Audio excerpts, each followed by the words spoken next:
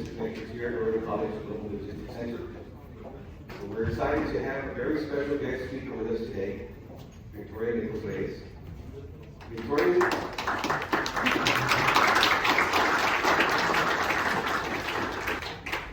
is an attorney and a licensed U.S. Customs broker based right here in Laredo. She currently serves as general counsel for Eduardo E. Lozano Company, a well-respected firm with operations across Texas, Florida, and Mexico. She received a bachelor's degree in political science from West Texas A&M, a Juris Doctorate degree from St. Mary's School of Law, and is a member of the State Bar of Texas. She holds positions in local and national organizations, including being vice president of the Laredo Licensed U.S. Customs Broker Association, as well as a member of the Legislation Committee for the National Customs Broker and Freight Forwarders Association of America. Beyond her impressive credentials and professional accomplishments, I want to personally share that Victoria is also a very good friend and a strong supporter of our program here at Laredo College. She has consistently given her time and expertise to help develop the next generation of logistics and trade professionals, and we truly appreciate her commitment. Today she'll be speaking to us about the evolving role of the customs broker, a trade compliance perspective, a topic that is more important than ever in today's regulatory environment. So please join me in giving a warm welcome to Victoria Nichols-Reyes.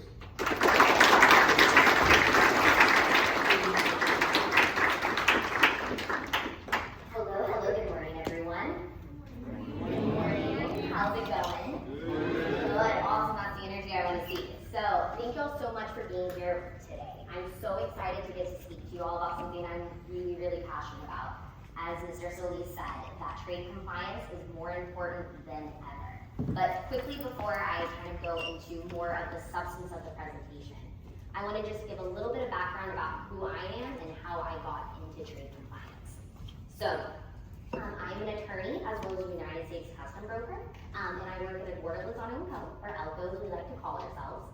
We're a 3PL supply chain logistics company, and we're headquartered here in Laredo, also with offices in Miami and Nuevo Laredo, and we do logistics throughout the United States. And with that, I'm general counsel, which pretty much means that I'm just the attorney for the company. And with that though, I didn't actually start as general counsel, I started with trade compliance at ELCO.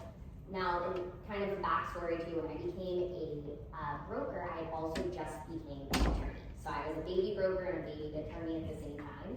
And I knew I wanted to do something that was gonna mesh both of those together, something in the international trade field, but I didn't exactly know what that was. So through internships, job experience, I landed on this thing called trade compliance. Trade compliance kind of mixes operation of trade along with the background legal framework that's going to support all of the operations. So that's kind of how I found my home. I like to say my first love is going to be trade compliance because you're going to see that in any and all operations that you do. So with that said, let me give you kind of just an overview about what we're going to talk about today. And before I even get started, this is not a dialogue, this is a monologue. No, it is a dialogue, not a monologue. So with that, please, if you have any questions, there's going to be a Q&A session at the end. But please, if I'm saying something that doesn't make sense or you want to know information about or something, let me know, raise your hand, let's have a conversation, okay? Awesome. So, kind of on the agenda for today. First, we're going to go over what exactly is a custom broker, where does trade compliance fall into that, and then how do you make a good trade compliance program at a custom brokerage, a logistics company, importer company, right? And then from there, we're going to talk about why is it more important than ever in today's world? Because I'm going to let y'all know, I'm jumping ahead a little bit here, but I'm sure y'all have been seeing on the news that we have a lot of different trade requirements, a lot of tariffs that are coming. With that, I used to say that trade changes by the day. Now it changes pretty much by the hour. And there's a lot of responsibility that's going to go on trade professionals, for brokers, importers, anyone importing or exporting any merchandise.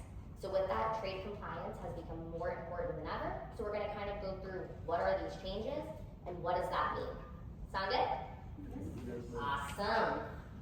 So first, just basic, what is a custom broker? So a custom broker is kind of going to be the connection between an importer, those who are going to be importing merchandise into the U.S., and the government who needs to have the paperwork and the duties, taxes, and fees for that merchandise, right? So the custom broker is kind of that middleman, making sure that all of the shipments are going as efficiently and effectively as possible.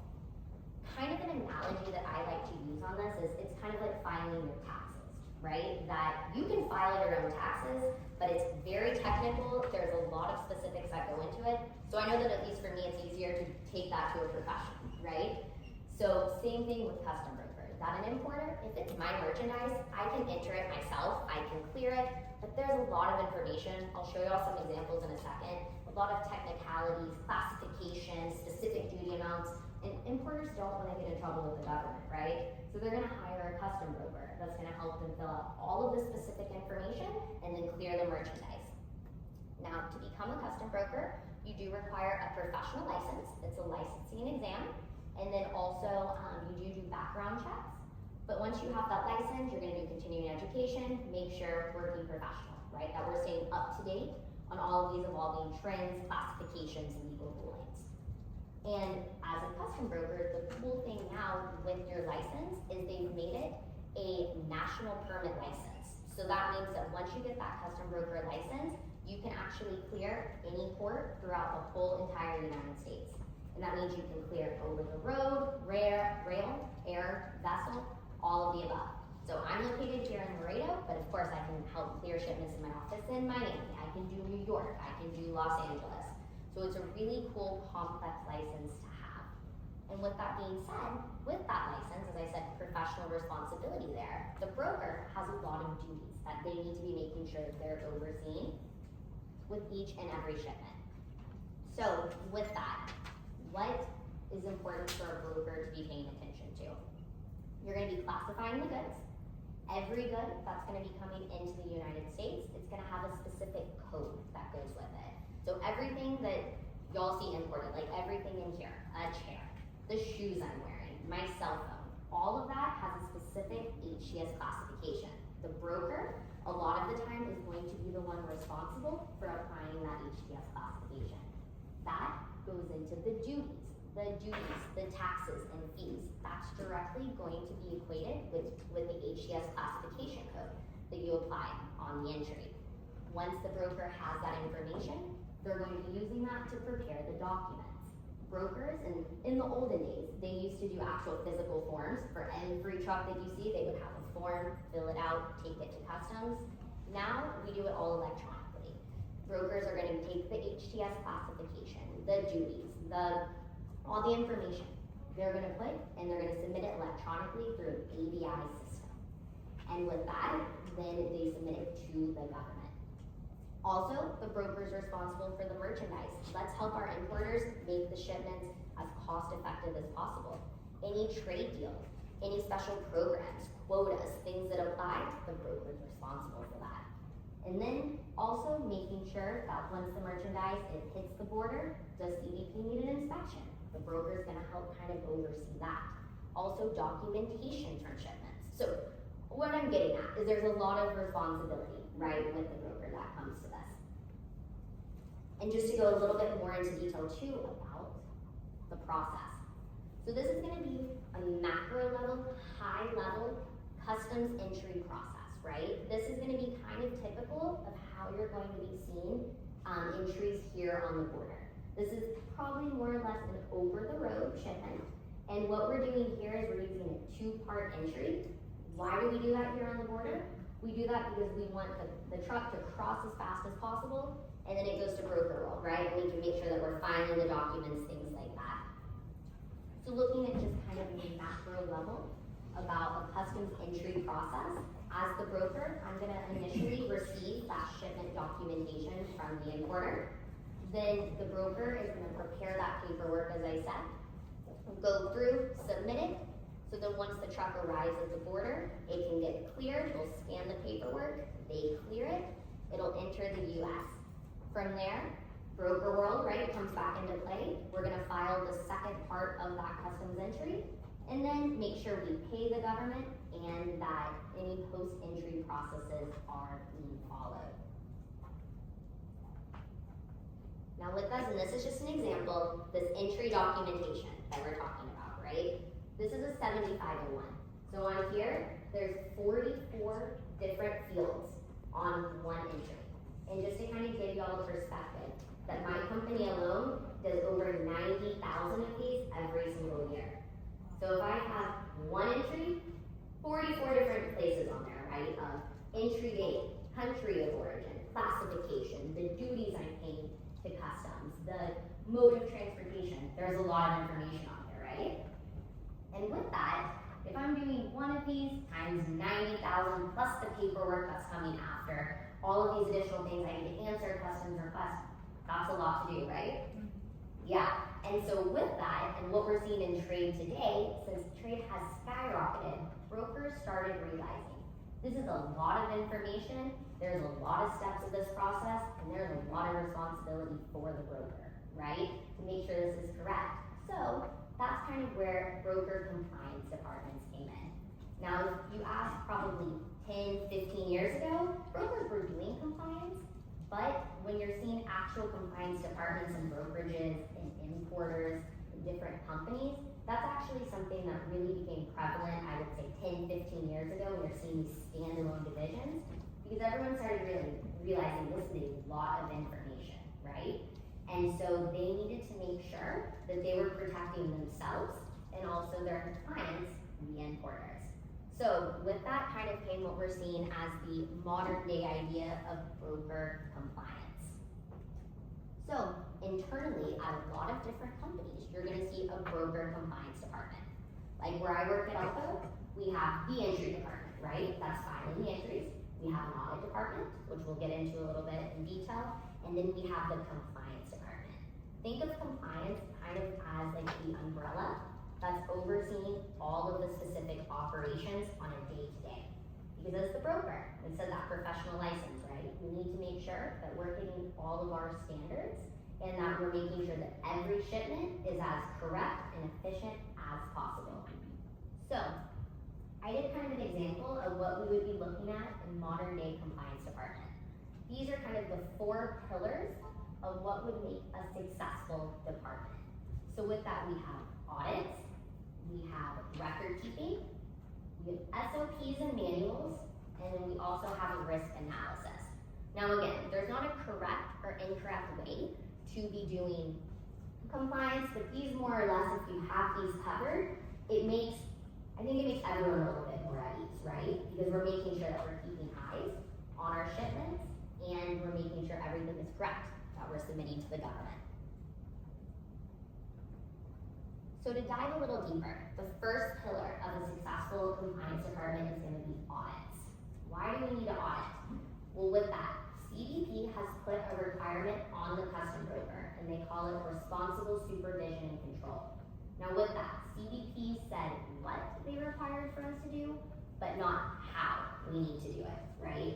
And so with that, they did give us 13 different factors, and they said, broker, if you can show that you're meeting these 13 factors, and again, if you can show it through explanations, examples, whatever, then we're gonna trust that you as the broker are watching, you're keeping track, and you're being compliant, right? So one of those 13 aspects is going to be audits. Now audit is exactly like any other audit that you might have heard about, right? It's actually physically looking at what you're submitting. Now at my company, we have, as I said, in our entry section, a whole audit department. And what they do, we have the team separated. On that, we do audits before merchandise is going to be paid on statement. We do additional audit the day before just to make sure there's no other corrections or anything needed. And then we also do a post-entry audit. Now, that sounds like a lot of audits, right? But the idea is that we just want to make sure that if there's a problem, one, just like anything in life, you want to catch the problem as fast as you can, and two, you want to correct it before we're paying money to importers, or sorry, to the government on behalf of the importers. And then also three, we need to make sure that CBP is not seeing the same error after error after error, right? So let me ask y'all, error rate, right? If I'm doing 90,000 entries a year, CBP, right on their back end, they're watching this happen, they're seeing the entries get submitted. Let's say they start seeing that I'm having to do these corrections. We call them post-summary corrections. right? Or even worse, if it's later down the road, you might have some other avenues you have to take. But out of these 90,000 entries, what percentage do you think would raise a red flag to customs? If they're like, what percentage of wrong entries do you think would raise a red flag? Like 10%. Okay, I got a 10%. What do y'all think?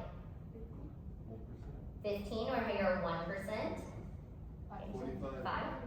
So, shockingly, 1% is pretty accurate on it. What I've heard is that some people are a little bit more liberal about it. They'll say more of like 3 to 5%. But what I hear in the compliance world is if anything under 1%, customs is not going to be that even at, right? They understand you might have hit the wrong key or maybe you didn't update based on paperwork or something. That's understandable. We're all humans. But anything over 1, 2, 3%, customs is going to come start asking you questions, right? So we need to make sure that that does not happen. And just for the record, too, these questions customs ask, sometimes they're nice and say, hey, can you explain? Can you give me a little bit more information? Sometimes the questions are, here's a fine for $50,000, $60,000, $100,000. So, audit department, this is where they come in. Now, we want to catch as much as we can right before we're submitting wrong information to customs. So what our audit department does, as I said, they'll go through the entry a few times within the process. And then from there too, we actually keep an internal log. This is not something that we're going to be submitting to customs or anything like that. But we want to see, right, how many times is a certain entry writer making an error? Hey, good training opportunity, right? We're not going to get in trouble, but we want to make sure we're catching it and growing. Or hey, is everybody making a certain error? The training opportunities. Because then, if customs ever asking me, right, I can say, we are keeping this documentation, we're checking this, and then we're also going through, and if there is a problem, which we're all human, we've corrected it. So with that being said too, just a little deeper into what do we audit? Every single entry, as I said, and we literally, that paperwork I told you we get at the very beginning of the shipment, in the top left corner, we'll open those documents, right? And then we'll open up the entry we sent to customs, and we'll make sure, we'll say, hey, this is going to be like, does this match this match this? And if y'all are wondering, yes, they audit all 44 different fields on the 7501 for every different entry. But manual, that sounds like a lot, very tedious, all of that. The good news in 2026 is, who's heard of AI? Everybody, right? Yeah, of course. AI has also helped with the audit process now. We actually have technology that will help read entries, read the shipment documents, and then it spits out a report to our entry team, audit team, saying, these are all the fields we audited. This is the entry documentation, right, that we got from the importer. We audited that too. These are specific fields, fields 1, 10, and 13. So that has sped up the process a ton. So, with that being said though, audits, very important. Next, we have record keeping and documentation. So, on this, as I said, CBP is going to want to see and know everything about every shipment. We legally have a requirement to be keeping documents for 5 years after the entry has been released, right? 5 years. Now for us, we like to say we don't just meet standards, we exceed them. So at my company, we actually keep documentation for 7 years. Now again, with technology today, we're very blessed that before, we would have to keep boxes of records. So 7 years ago, we actually still have some physical file records that we are keeping just in case customs ever comes knocking. But now, with our great EDI, electronic submission systems, all of that, we keep all of our documents per entry. We call it an e-vault in our system. It's a specific button that we drag and drop all of the documents. So for all 90,000 of those entries, you're gonna see the whole chain of documentation that goes from there, right? So everything from that initial paperwork that we get from the importer to the two-step entries that we filed, we have that. Let's say I had to make a correction. I want to keep that documentation, right? From the importer asking me to make the correction, I want to keep my corrected entry. And then let's say if I want to apply for any post-entry relief, which are different ways, as I said, to get monies back, things like that, I'm going to keep that as well.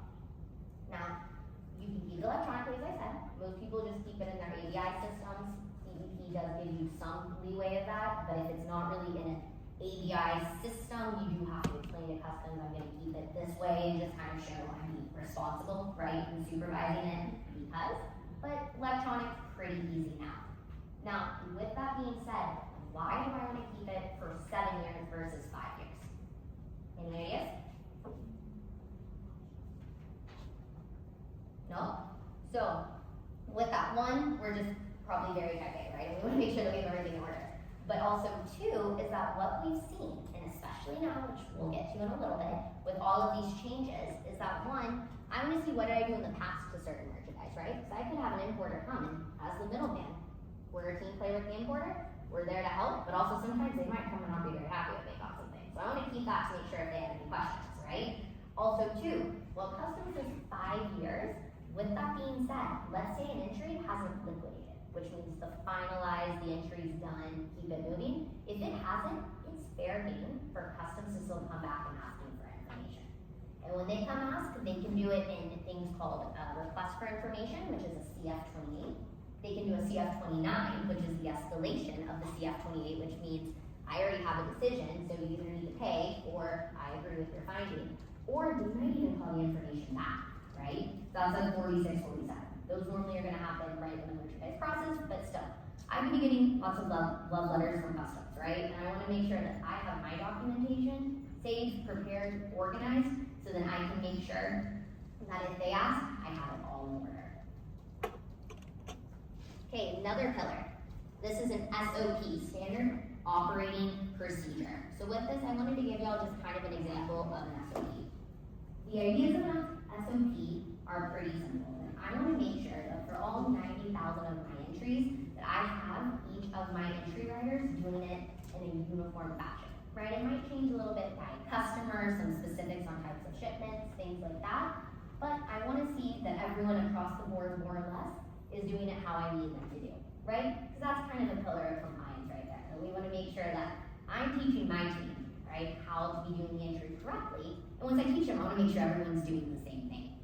So, SOPs are a great tool that you can give to employees as teaching, and also if you have a new employee come. So, this is kind of just an example of if I wanted to write an entry SOP. With that, it's just going to go through exactly what documentation am I going to be looking for. I'm a big fan of going as specific to as when I get that documentation, I'm gonna look at this field to put into, field 35, not 75 or 1. I wanna do it as specific as possible. With that again, you're just gonna keep everything uniform, make sure you're all on the same page. And then let's say I get an audit that comes back that is not matching up.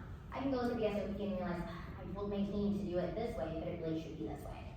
So, SOPs, just standardizing the processes, keeping everything on the same page as uniform as possible. Now, with this is the final pillar of a good compliance department, right? So we went through SOPs, we went through an audit to make sure everything's in order, and then, what's the other one? Oh, documentation, no, the documentation. So final is risk analysis. This is going to be for new clients, this could be for existing clients. This is just to make sure that compliance-wise, that why am I going to take on more liability within my custom broker department than I need to, right? So we do a risk analysis, and there's not a right or a wrong way to do a risk analysis, but I want to do an example with y'all. Okay, are you done?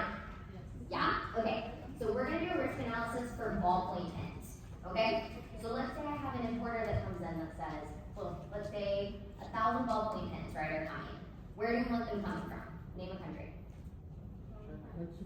Mexico, perfect. So we'll do Mexico. So we have 1,000 ballpoint pens coming from Mexico, right? With that being said, we have different varieties.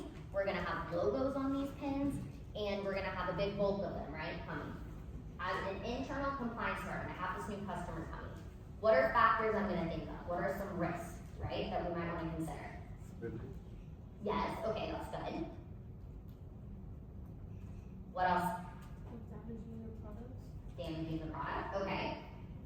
And let's think, document-wise. What are things I'm gonna wanna make sure that I'm getting correct on these pens? Value, yes, that's good. Quantity, weight, exactly. Now, if they're coming from Mexico, maybe do I have a USMCA certificate, something, a trade deal that I can do with the, that I can use to get the value down on those? And then remember too, anything about the logos? Would I need to think of anything on logos with that? Intellectual property, exactly. So, exactly what we just did right here. This is what we normally do internally in our compliance, and then more on also our C-level execs when we have a new customer that comes in, right? So, going through kind of the breakdown, the key risk, HTS misclassification. We need to make sure that if we're bringing these pins in, right, that we know exactly how we're going to classify them. So let's say I classified them wrong. I'm keeping my documentation, and customs come back and ask, right? They're going to knock on my door and say, prove it. So we need to make sure that we have all the correct classification. Like we were saying, the value, which is based on classification, the weight, the country of origin, things like that. And then top controls, that's kind of where a compliance team comes in. How can we control our compliance on this? How can we make sure that we're getting the correct information how we need it? So dual HTS review, that means that either are we applying the HTS, are we getting it from the importer? Can we make sure that this looks right, that I'm classifying pins, not cell phones, something like that? Are we looking at the invoice, making sure that we're understanding the documents that the client gets us? Monitoring and KPIs, that's when we come into the audit. Let's start doing some of these. Can we handle this volume? Two, once we handle the volume, can we make sure that we're doing these correctly, right? And then example outcomes, that's just pretty much saying good things, bad things, what is best case scenario, worst case scenario, and then what's likely to happen, right? And then the lesson on that. Just make sure that we have everything in order, and if we do, then yeah, good to go. Let's move some pens. Okay, so now everything I just said was backwards, right?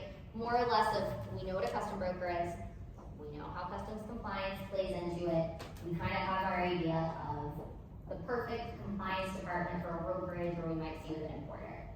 Well, in 2025, all of this foundation we talked about, it remained the same, but it got heightened. Why did it get heightened? Those tariffs that we talked about, tariffs and trade regulations, this change.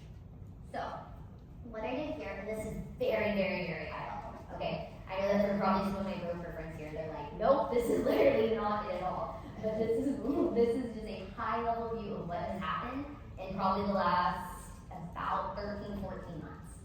So, with that, we saw, as I said, trade changing sometimes by the hour. Everything really started changing in broker world, which means for compliance world, on March 4th, 5th, and 6th of last year, right? Last year at that time, and this is something that, at least in modern history, we didn't know could happen, there were tariffs added to Mexico and Canada, right? And so with that, those were, one, we didn't really think that was gonna happen because those are our biggest trade partners, with Mexico being the biggest. We didn't know what was gonna happen, and also with USMCA's, when they added those tariffs, the USMCA, for 3 days, was gone. We did not know, we had no idea as trade was gonna happen, right? But they implement these things and they're called IEPAs, okay, the IEPA tariffs. They had ones for Mexico, they had ones for Canada, and if you see a little bit later on, they did reciprocal for the countries. So pretty much all the countries around the world that the current administration didn't view as having favorable trade deals with the US, they put a reciprocal tariff, which means that every product from Brazil had, 20% added or whatever, just across the board. So pretty much every entry then started having additional tariffs. And just to kind of give you all an example too, that one of our biggest clients, they normally per week were clearing probably 200, 300 shipments per week, right? Before 2025, when I was paying customs every day for the duties were maybe $1,000. Okay, per day, so like $5,000 a week. So what do y'all think after this happened? How much do you think per week their duties were? $5 million. And that was just one of our clients, yep. And just for kind of the record too, that when all this stuff started happening in March and early April, we didn't have a ton of warning, right? We knew that this was going to be happening, but to this extent, it was never seen before. It was unheard of, we didn't know. So these companies, when they were making their budgets for 2025, they were not expecting that their duties were going to be skyrocketing, right? So when that happens, when more money is involved, guess what these companies really started caring about? Compliance, because they wanted to make sure that whatever us as the broker we're going to be paying, that we were paying the least amount legally possible, right? And so a really cool example that I actually heard from someone at my company is that that company I was mentioning with $5 million, they used to be working with them, right? And they said that when they were there in the 80s, they had a custom broker on staff. They were, doing the entrance legally, filing all of that. But with that being said, when the broker would come, they would say, okay, yeah, the broker's here, come drop the papers off at the front, we're fine. They would check in when they could, whatever. Now, that company, one of their #1 resources that they're investing in is the broker. So these importers who you say, it's unnecessary, they're gonna file my taxes, right, whatever. Now these companies, they wanna talk to the broker. So before, when I would talk to trade compliance here or there, now I actually talk a lot to the financial division of these companies, right? Because if I'm paying $5 million, I wanna make sure you're doing it right. And do I have to pay 5 or can I pay 4, right? So broker world, compliance world became even more important. Now, so I told you reciprocal tariffs happened. Then, if that wasn't enough, they started adding more tariffs to steel, aluminum, and copper. A lot of products have components of steel, aluminum, and copper, right? And even components of the product. It doesn't have to be all steel. It could be 2% steel. They want to pay duties on that 2%, right? Well, this kind of started becoming a problem. Is that, okay, just like with the other tariffs, we got maybe 2 days notice of this new tariff, 3 days. But these shipments were already crossing. We needed to go. But now you're telling me I need to go down to this minute detail, right? Well, the importers didn't have that information. They need to go talk to their manufacturers. We need to go talk to their suppliers. So it became just a big mess, right, of trying to get information that was not readily available. But they would go to the broker then, right, and say, hey, broker, what am I supposed to do? We would have to explain to them, hey, this is our interpretation. Remember, we all got this 2 days ago also, but this is our interpretation. This is how we're proceeding, how you're gonna have to declare it. This is the documentation I need from you. Then the importer needed to go run on the back end and talk to people they probably only had 2 conversations with in their whole life, get this information, and then be able to put it on an entry. So now we have country specific, we have component specific, right? And then if that was not fun enough, we did that for about 10 months. And then guess what? The Supreme Court on February 20th of this year said, just kidding, that was super unconstitutional for those IEPA and reciprocal tariffs. So they said, never mind, we're not gonna do that anymore. So all of those, 90,000 entries I just did that have IEPAs, that was unconstitutional, that was illegal, they said. It was an overreach of power to be applying those. So then they're gonna say, great, now we're gonna be able to help y'all get that money back. We're not gonna tell you how, we're not gonna tell you when, but it's coming. So then I had all the clients, right, call saying, how do the money back, da da da da da.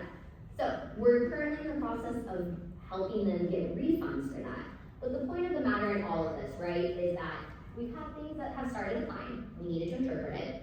Then we had those change, and then once we even had the change, they added another one, just to make sure if IEPA didn't work, we're gonna add another one on there. So, with all of that being said, it is changing. I think that last time I looked at the timeline, we had more changes than days of the year. And so with that, importers are very interested in this, because they don't wanna pay more than they need to. And now too, they have a lot of money that could be refunded. So, with that timeline, what trends did we see emerge from all of these different changes? First, tariff stacking requirements. This is pretty technical. We don't need to go into tons of detail, but I told you they added tons of different tariffs. They realized really fast that I've added 5, 6 new tariffs on one product. That's like 200, 300% of a product, right? Like, we're not gonna do that. So they put certain orders. With that, that's gonna be for the broker too, classification, right, that we talked about. We need to make sure we're classifying and making sure that we're only applying those tariffs that we legally have to on there.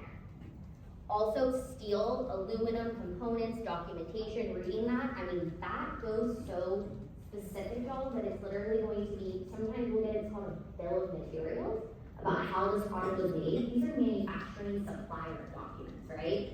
I've never seen this before. We had to learn how to read these in minute detail, and so much so that we've had importers say, can you give me a legal ruling from customs about this 0.0111% mark?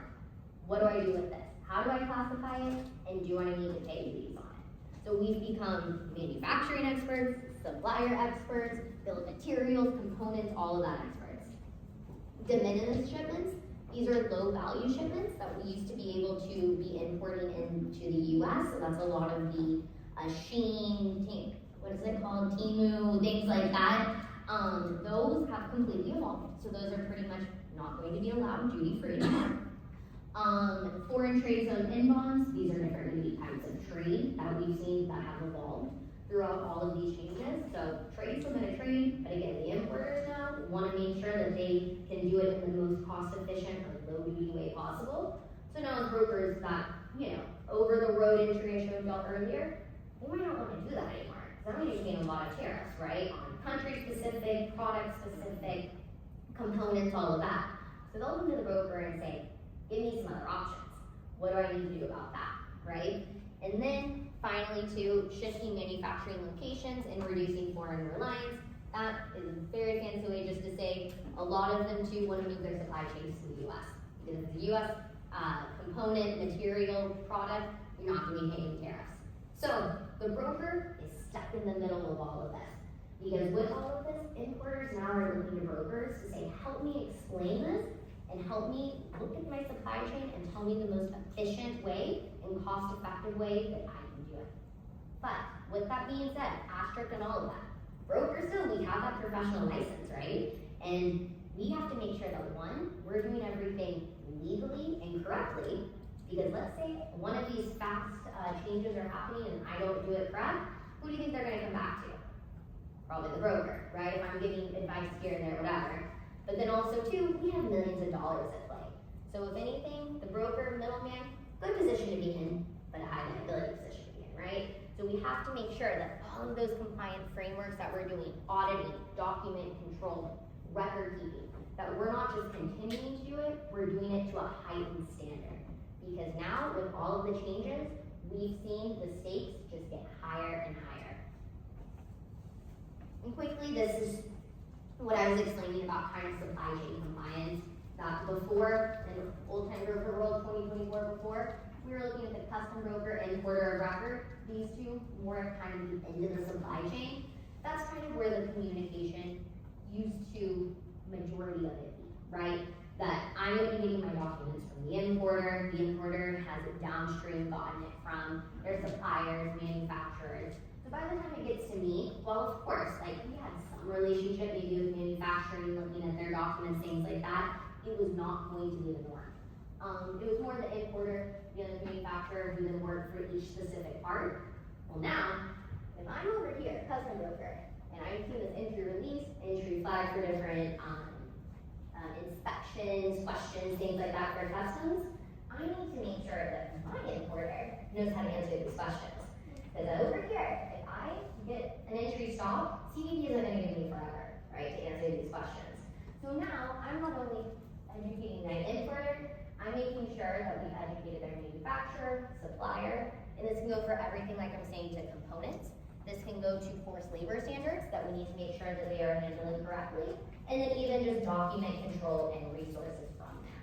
So with this, more reliance on the broker more reliance on their compliance department. Now, remember how I told you that we got the switcheroo February 20th of this year, that these IEEPA tariffs, the reciprocals, the Canada, Mexico, they said that they're not valid anymore? They're now looking at the broker to help fix the situation. The Court of International Trade said, hey, since they're unconstitutional, we are actually putting the requirement on CBP to develop a system, which they did, is called CAPE, and it's an electronic system where you can submit your request for the monies back, right? These monies that I paid in the last year for the IEEPA tariffs, the reciprocal, all of that. They are projecting that there is $166 billion of refunds that are owed to importers, right? Just in that year alone, from March 3rd to February 20th, $166 billion. So with that, who are they looking to be filing these declarations? Well, of course, the importers, they own the merchandise, it's on them, but the importers are looking to the brokers. So CBP did say it's okay that if I do, or if I did, right, the original entry, I can help file that CAPE declaration and get some of those billions of dollars back. So, more than ever too, what do I need when I'm submitting that? Documentation, right? That's where it goes all the way back to what did I do at the beginning. I want to make sure I have the documents, I want to make sure that I understood my justification, that my team applied the correct IEPA tariff, that we did it timely, right? Because now, think about how happy the importers would be, right? One importer is not going to get all of that billion, but I have some that easily probably could have $100 million. And so, broker to the rescue, right? But I needed to make sure that from the very, very beginning, that I was documenting, doing it right. Because I mean, this is kind of a once in a lifetime thing that's happening right now, but who would have thought, right? So good for us that we have the foundations of the department. We made sure that we kept everything, because now I'm working with our importers, making sure we're filing some hate declarations to get those monies back. And finally, just kind of to wrap everything up, what are we looking at now? Where do we go forward with these changes? What we know about compliance? What do we see evolving next in these trends? First, trade, technology, and communication. As I said, we're in 2026. Everything has gone more or less electronic and more or less with AI, right? And so with that, we're using those tools and compliance to make our lives easier instead of having to manually audit the entries, right? Go through and check that. We're making sure that we're keeping documents electronically. We're making sure that we're submitting things, messaging with customs on electronic EDI systems. And then USMCA and trade deals. Remember how I told you about these IEPA tariffs, we didn't know that there were certain duties that could be applying to Mexico and Canada? Well, now the USMCA is up for renegotiation this year. And as y'all could probably suspect, that long story short, people were not really happy when the US decided to tariff other countries who thought we had a great working relationship, right? And we're actually seeing two very different viewpoints right now, I would say, from the Mexico side, Canada side. So that's kind of a TBD conversation, but this summer they are going to be working on those renegotiations. And so, as we know, with compliance with these USMCA certificates, trade deals, all of that could and may likely be changing. Then the IEPA and court cases, as I said, brokers more than ever, we're going to be helping our importers file for refunds. And then the duty refunds for importers, making sure that we're keeping this process moving. We're doing it electronically, we're going to make sure that we have our documentation, and hopefully help our importers recoup, and then going forward, pay the minimal amount that they need to do for their entries. Now with that, I've talked a lot. I've talked for 45 minutes, so now I'm going to open the floor up to y'all. Who has any questions? What didn't make sense? Questions, comments, concerns? Public education. How do you educate the How do you educate a client who's trying to cut corners? For a client who's Trying to cut corners. trying to cut corners, that's a great question. And clients want to do this, right? Because not in an illegal way, but they want to make sure that I'm going to pay the least amount that I legally have to, right? And so with that, education is key, exactly like what you said. So first, it starts from day one. It starts before you can take on the client. If I have a client that comes and is saying, I'm going to use a classification for these shoes, but I'm going to do it at the cell phone, so it's less, we don't want to work with that client, right? That's where the risk analysis is going to come in. From there too, and we see this a lot with these evolving tariffs. Let's say we have a new tariff that rolls out. And the client goes, can I apply this exception? Maybe, I'll do the lawyer answer, it depends. But we need to make sure we're doing our legal background, our legal and broker training to make sure that we're giving the best answer possible. But also, it kind of goes into liability there as well. That we are a team with the importers. And what I tell my team too is that if you feel like maybe they want to go a different direction, if it's drastic, no, we're not going to do it. We're going to say, unfortunately, like, we can't move forward. But if it's something that's maybe like a minor classification question or something like that, we always say we like to give our suggestion that they make the final determination. So if customs comes knocking, right, one of the liabilities not me. But then also too, that we can say, hey, like, we have the documentation to prove this, you asked to go this way, all of that. But with that said, if it's cutting corners in a drastic way, my best piece of compliance advice is don't take on the liability. But at the end of the day, that if they want to do something that makes you uncomfortable, puts the team at jeopardy, I would just say no. But that's where it comes to documentation, risk, all of that. Thank you. Great question. Another question? What do you see as the future of keeping track of international trade of services? Mm-hmm. For services, do you mean that for like the evolving trends that we're seeing, or? The evolving trends. Mm-hmm. So what I've seen is a few things. One, as I said, that we've seen compliance internal departments beef up, but also I would say the outside use of also trade attorneys, trade counsel, I've seen that be more prevalent than ever. Because before, we kind of understood we were working under, of course, the CFRs and legal requirements, but now we have a whole new set evolving daily, right, of new CSMS, trade requirements, things like that. So we have a lot of brokers and importers that are actually bringing on counsel. So like myself, people that are actually, that we've been trained to be reading these really boring, really confusingly written documents, that's their full-time job. Because before, we didn't see that as a full-time job, we saw it as part of the job. But now, if you have a new message coming out every day, right, of something different, I can't have someone that's responsible for making the entries and also is gonna have 5-6 hours of reading. So if anything, we've seen that happen, and also there's some great resources, publications out there, some through the NCBFA, which are gonna be the National Custom Brokers Association, some through trade attorneys, trade organizations, where they actually have a full-time staff that's in charge of taking this information, summarizing it, and submitting bulletins. Hi, good morning. After all these times, you have positive change on trade time.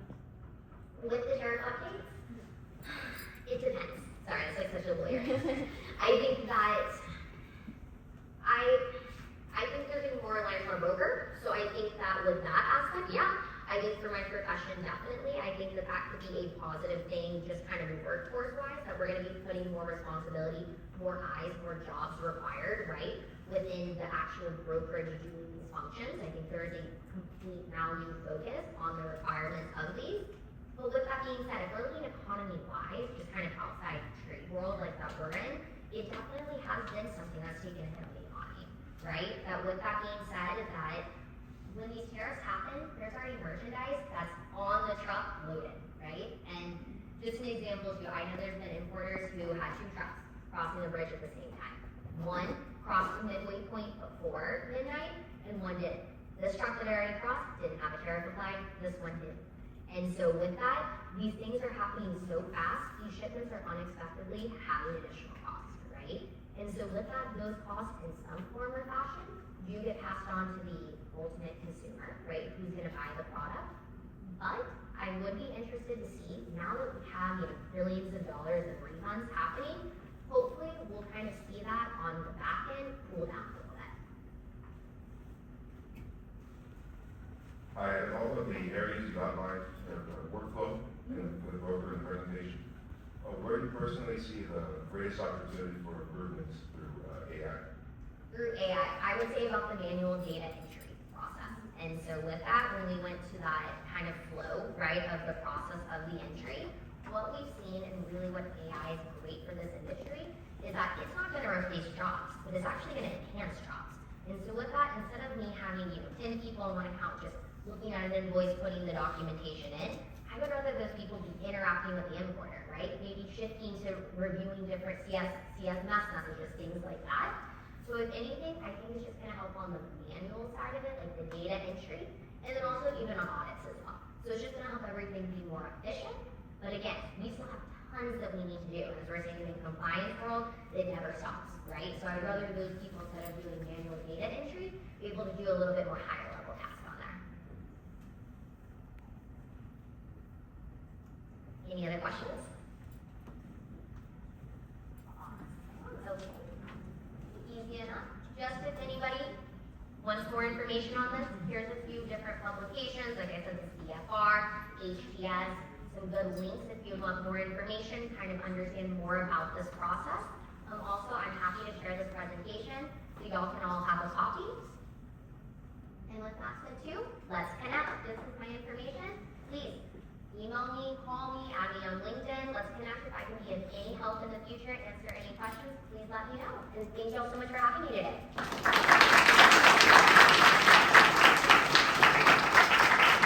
All right, thank you very much.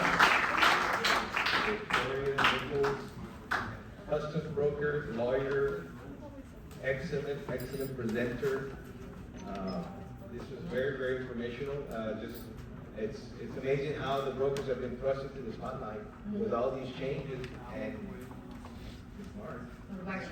and ongoing. And now they've the importers are turning to us to help them go and get these turbulent times. And I'm hoping things change, but we'll see what happens. It's always a surprise every day for us. But yes, thank you very much for coming here. We're so happy that you're able to present for us. And we just have a small token of appreciation for you from all of us here at the Global Logistics Center. We're going to go ahead and this concludes our presentation. We're going to take some pictures with the groups here. We're going to be around for a little bit. We can, anybody wants to maybe come ask questions. I know some are shy to ask questions through the mic, but she'll be here a couple of minutes after we're done with the pictures. If you want to come and hear either kind words or maybe ask a question on it that you didn't want to take. So, thank you very much. Everybody have a great, very amazing day.